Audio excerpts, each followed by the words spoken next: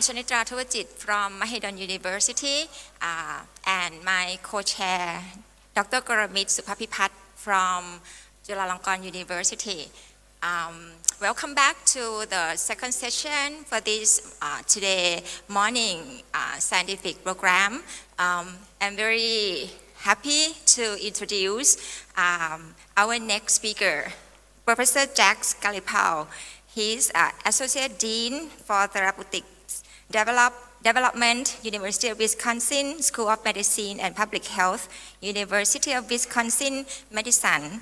And Professor Galipeau is expert in the mesenchymal stromal cell therapies and engineer synthetic cytokines for immune disorders and cancer. He is also a founding director of the University of Medicine Program for Advanced Cell Therapy. At this place, he has kindly let me observe his facilities for 2 times, and I am very exciting and learned a lot from his facilities last 2 years. And Professor Galipeau is also immediate past president of the International Society of Cell Therapy. So today I'm very happy, my pleasure, very exciting to meet him in Bangkok, and he will give us a topic of clinical application of mesenchymal stem cells, current trends and future directions. So everyone, please join me in welcoming Professor Galipeau.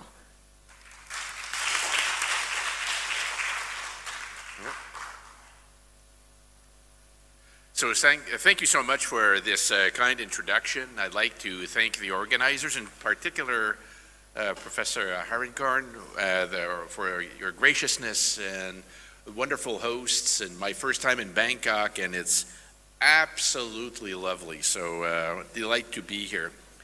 I'm Canadian by origin, so I'm as pure as Canadian snow. I have no disclosures, overlaps, or any concerns, so that's why the French name, I'm French-Canadian. So, mesenchymal stromal cells. All of you have mesodermal progenitors in your bone marrow. They're vanishingly rare. They represent maybe 1 out of 100,000 nucleated cells in your marrow, but they play a really important role biologically as niche cells that support your hematopoietic stem cells. That's their job in life. But they also have another job. They're gatekeepers of marrow myeloid cells. Did you know your bone marrow has the largest reservoir of monocyte macrophages that are really important innate effector cells involved in both resolution of inflammation and regeneration? So they're niche cells in the bone marrow, and their job in life is they support predominantly hematopoietic stem cells and lymphopoiesis because they produce morphogens. So a long time ago, in the early 70s, folks were interested in developmental biology, and it was discovered that if you took bone marrow and you just put it in a petri dish that was TC treated, that the mesodermal progenitors would attach and form colonies called CFUF, fibroblasts. And these could be differentiated down mesodermal lineages, bone, cartilage, fat. And those were used as tools to understand sort of developmental biology of bone. But what was quickly discovered is the culture-adapted mesodermal progenitors deployed a lot of their niche cell functionality. And they produced a lot of morphogens, chemokines, and cytokines that were immunomodulatory in nature. And the thing about MSCs is, you got a young graduate student in a room, you give them like 1,000 bats, and you get 30 cc's of their marrow, and you can grow their cells, a gram of cells in 2 weeks. That's 10 to the 9 cells. That's a clinical dose. But you keep on going. And you can grow from that same donor 1 kilo of cells. And these are not transformed. And so then people figured, hey, is this a solution looking for a problem to fix? They have all these functional attributes, and you can grow them under GMP circumstances. They're very easy to grow. And then the idea would be, what was discovered is because of their niche properties, they could be deployed for either regenerative medicine or immune modulation.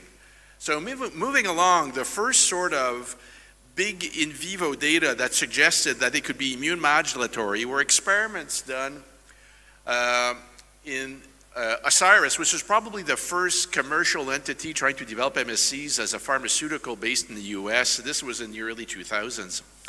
And there what they found is, there's a skin allograft model in non-human primates. Skin is super immunogenic. So if I take skin from you and try to give it to Natia, Natia is going to reject it within 11 days or 7 days. They did this in monkeys. And if they gave the monkeys MSCs IV, it delayed the rejection of the allogenic skin. So that was suggestive that giving MSCs as a transfusion product was immune modulatory. Move forward a number of years. And Katerina LeBlanc, who's a bone marrow transplanter, a bit like this morning's first speaker. And in Europe, you can do a lot of compassionate use one-off with a one-person IND. And she had a young boy that had an allo transplant, bone marrow from his mother. But he was dying from acute graft-versus-host disease, diarrhea, which is the white dots, and hyperbilirubinemia because graft-versus-host attacks your bowel and your liver. Super sick. Katerina grew the MSCs from the boy's mother and gave the boy a transfusion of 2 million cells per kilo of mom's MSCs. He went to remission of his GVH. There was a relapse. She gave a second infusion, and the patient went in remission of his acute graft-versus-host disease. This is a case report. Lancet never, ever publishes case reports. Why? Because this was a Lazarus effect. There was literally no precedent of severe GVH going to complete remission following any treatment. So this was the face that launched 1,000 ships. And then, of course, then companies got involved, and companies do what companies do. They're promotional. I get it. You have to be. You got to raise funds. You got to, make your shareholders happy. And they went very far. Now they were promising MSCs could cure everything. And, they didn't put hair loss in there. I wish they had, but, that's a different conversation. And their whole spiel was they could take cells from one donor and manufacture 10,000 doses from a single donor. This is not my slide, this is their slide. And off the shelf, and there you go, and you get it. So their first big use case was built upon that case report. Graft-versus-host, they figured, that's the home run, that's gonna work, So they did a clinical trial looking at they call it the remestem cell. There's a WHO way of, if it's a stem cell, anyway. So and what they did was, it was a placebo-controlled study of giving 2 million cells per kilo twice a week for 4 weeks in a row, 8 doses. If you had steroid-resistant graft-versus-host disease. Bottom line, they did not meet their primary endpoint. Giving the MSCs was no better than giving a sugar pill if you had steroid-resistant GVH. And this was published as an abstract in 2010. It took them 13 years to publish the paper in 2023. But that's because Osiris went bankrupt between then. Well, not quite. They gave up the technology. But, what they saw was, when they did subgroup analysis, children did better than adults, especially if they had liver or gut involvement, not those with skin only. So they went forward and did another clinical trial I'll come back to. So how do MSCs work? This is where I come in. So mesenchymal stromal cells, as I told you, produce a lot of morphages, but if you focus on their anti-inflammatory properties, MSCs, especially if you stimulate them with an inflammatory cytokine like interferon gamma that would be made by T cells, will upregulate endoleamine deoxygenase as well as upregulate IDO. And IDO converts tryptophan to kynurenine, and this upregulation of IDO matters. And what I'm showing here is data from our group where we looked at different normal volunteers, and what we showed was the magnitude of IDO upregulation that Natia would have versus you would have is not the same. You will all upregulate IDO, but the magnitude is epigenetically affected. So all depending upon the donor you use to make your 10,000 doses, if that donor is not a good IDO inducer, that's a bias against you. So that was one thing. The other thing, when you grow MSCs in vitro, passage 1 to passage 12, this is barcoding. You have basically a polyclonal population at the onset for the first few passages, but you get clonal impoverishment. And often, if you expand it too much, you have an oligoclonal population. Most academic studies use early passage cells within 2 weeks. Most industrial studies use stuff way out here. Big difference as well. What about freeze thaw? So again, the bean counters, the MBAs, and the company that want to make an ROI on the commercial investment are saying, okay, you have to do allogenic, and you have to freeze it, and you ship it out like fresh frozen plasma to the hospitals. They thaw at the bedside, and you infuse everything, including the cryoprotected, the DMSO, like we do for autologous stem cell transplants. So the question we asked, is thawed cells the same as live cells? So if there's one thing I want you all to remember, stem cells, MSCs, T cells, NK cells, iPS cells, fresh is better than frozen. Who would ever offer their partner sushi they put in the freezer and the next morning thaw it out and give it to them? Okay, so any grad student that's done cell culture in this room will tell you that when they take cells in the freezer and they put in the culture, they know the cells are all messed up for a day or so afterwards. They know that. They're not going to do any experiments. They're going to wait a day or two till the cells are happy and they're growing and all is good. But what was being done in clinical trials is they thaw the cells and they infuse them no later than 4 hours after thawing. Do you think those cells are optimal? No. Oh, okay. Don't say that to Osiris, though. So we showed that post-thawing, an X and a PI, so this is live cells, there are very few dead cells. I mean, if you freeze cells correctly and you thaw them, they're alive when you thaw them. They're not dead, but they're messed up. And how are they messed up? This is the MSCs from 3 normal volunteers that we thawed and we tracked by RNA heat shock protein transcripts. They undergo a reversible heat shock response. This is a universal phenomena. Any cell, fibroblasts, HeLa cells, iPS, NK, T, name it. Thawing is an injurious effect which launches a heat shock response, and the heat shock response changes the metabolism, but it's reversible. You put them back in culture, refresh them overnight, and this heat shock response goes away. So, first generation products that were made by industry were oligoclonal, senescence, and heat shock. Other than that, they were perfectly fine. Why did the clinical trial not work? You're going to say there are hundreds, thousands of papers looking at MSCs and murine models. I know I published a lot of those papers. In 99.9% of those studies use syngeneic, fresh cultured cells. Not allogenic, not thawed. So basically they went, finally Osiris ceded their technology to Mesoblast. Mesoblast went ahead and repeated a clinical trial, but this time only in children. They excluded adults and they excluded the low-grade GVH, and they showed that there was a clinical difference.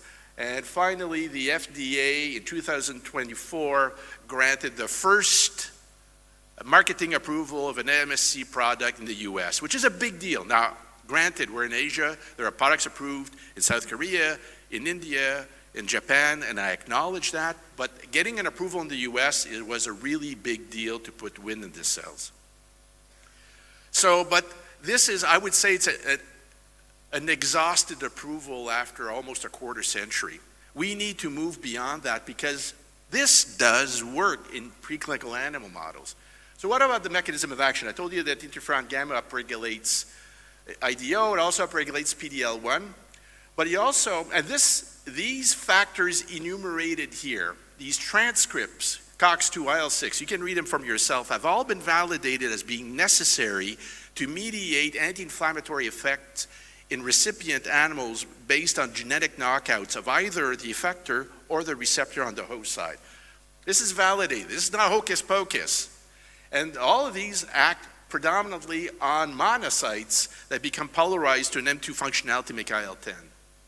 The key is MSCs don't act themselves, they act via monocytes. Is that true in vivo? So we tested that hypothesis. So our preferred go-to acute injury model is a mouse DSS colitis. DSS is soap. You put soap in the drinking water of the mice, they get toxic colitis. You take the soap away after 7 days, they recover. So we gave MSCs during the soap water phase, and you can look if there's an impact on weight loss. But what we did was we pre-treated the mice with clodronate. Liposomal clodronate is basically taken up by phagocytic cells, and it kills all the phagocytic cells, but spares all the lymphocytes. So it's a pharmacological way of depleting macrophages in a normal animal. And this will work in any vertebrate, let it be a fish or a rat. So when we gave soapy water, the mice lose weight, and then they gain weight again. If we give mice MSCs, their weight loss is less and they recover more quickly. But if we gave MSCs to mice that got pre-treated clodronate, actually their outcome was worse. This tells us MSCs work by interacting with host macrophages, and it's the host macrophages that deploy the salutary effect. So how does this work? Well, there are clues. I told you that MSC progenitors, at least those from the marrow, exist in the bone marrow. And if you give LPS to an animal, the progenitors, mesodermal progenitors, start making CCL2. These are transgenic mice where CCL2 is linked to GFP. And you know when the MSCs in the marrow upregulate CCL2, what happens? That leads to the marrow macrophages going out of the marrow space. And you have a swarm of macrophages going around, and they will accumulate in different tissues. And we found that CCL2, that indeed is the case, where they're coming from. What we found was if you give MSCs exogenously, don't forget 10 million cells per kilo, single dose, is the equivalent of your entire body content of mesodermal progenitors. But when we give those, because of what they secrete, they mobilize marrow macrophages, they go out, they go to the liver, goodly, spleen, lung, peritoneum, normal mouse. But if it's an injured mouse, the macrophages go to the sites of injury as well. So now you can understand how MSCs could be effective for any acute or chronic tissue injury syndrome, stroke, heart attack, acute kidney injury, you name it, because if you give MSCs, you mobilize macrophages whose job in life is to go to sites of injury, and they do their stuff. The MSCs don't go to the site of injury. So this slide sort of summarizes that MSCs produce morphogens, CCL2. There are others, and we've published a bunch of papers about this, that then affect CCR2 expressing macrophages as they're licensed to make IL-10, that affect T cells and B cells. And what gets released is free morphogens, but also EV bound. So this is how also MSCs can affect tissue is at a distance, because the EVs are their shuttle bus for them to go from A to B. MSC's version 2.0. So Mesoblast got its approval. I applaud Mesoblast for their perseverance, but they died past the goal line. You know, they haven't died. It's been a really difficult slog, but they're using primeval naked MSCs. Let's call them naked MSCs. You know, cells just grown in 2D and serum, the way that MSCs have been done for the past quarter century. Old school. I've told you that interferon gamma pre-licensing completely changes the cell attributes of the MSCs and replicates their endogenous physiology. So the hypothesis is, the arm waving from the companies is, well, you give the MSCs, and once they're in vivo, they sense the interferon gamma, and a fraction of them change their phenotype, and you know, is it maybe 1% or 2%? And when you give them in vivo IV, they go to the lung, they persist no more than 2 or 3 days. So we said, why depend upon a stochastic rare event in vivo, pre-license them in vitro in the Petri dish, and turn, Dr. Banner into the Hulk in the Petri dish? And that's exactly what we tested here. So what we did is we gave mice with colitis.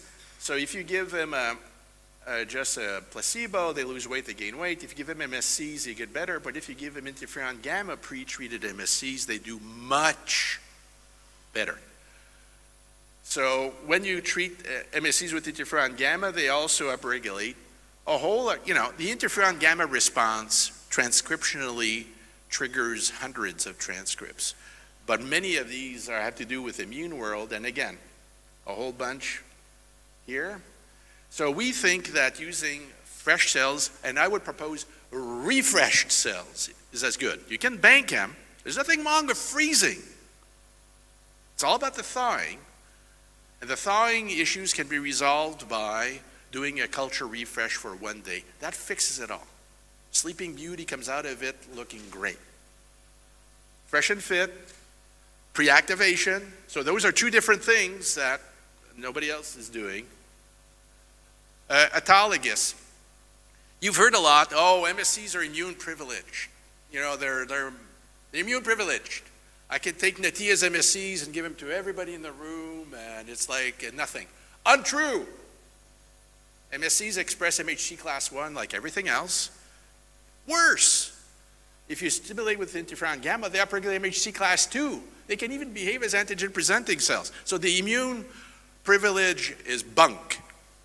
They, like anything else, can be allo-rejected. So autologous is a bias in your favor, especially if you want to retreat, because like platelets, platelets express MHC class 1. Patients after one transfusion can get allo-immunized. It's the same thing with MSCs. Local delivery, I think, if feasible, is advantageous. So I'm going to give you an example of xerostomia. So head and neck cancer, prevalent in Southeast Asia. You can get cured. Radiation, surgery, chemotherapy will cure you. But the radiation that you get, more than 40% of patients will get lifelong severe dry mouth because the radiation messes up your salivary glands. And the salivary glands aren't completely dead. They have dormant epithelial stem cells. It's just the microenvironment that supports them is completely messed up. And the idea we had, which we validated in the mouse model, is that if you inject MSCs in a radiated gland, can you rescue its function by reactivating the dormant epithelial stem cells to repopulate the ducts? And it does, and we've published that. And we put together a clinical trial to test that in human subjects. So what we do is patients that have had radiation therapy at least 2 years ago, they're cured of their head and neck cancer, they have severe dry mouth, we bring them in to take a bit of their marrow, and we grow their own autologous marrow MSCs. It takes 2 weeks. We interferon gamma treat them, we freeze them,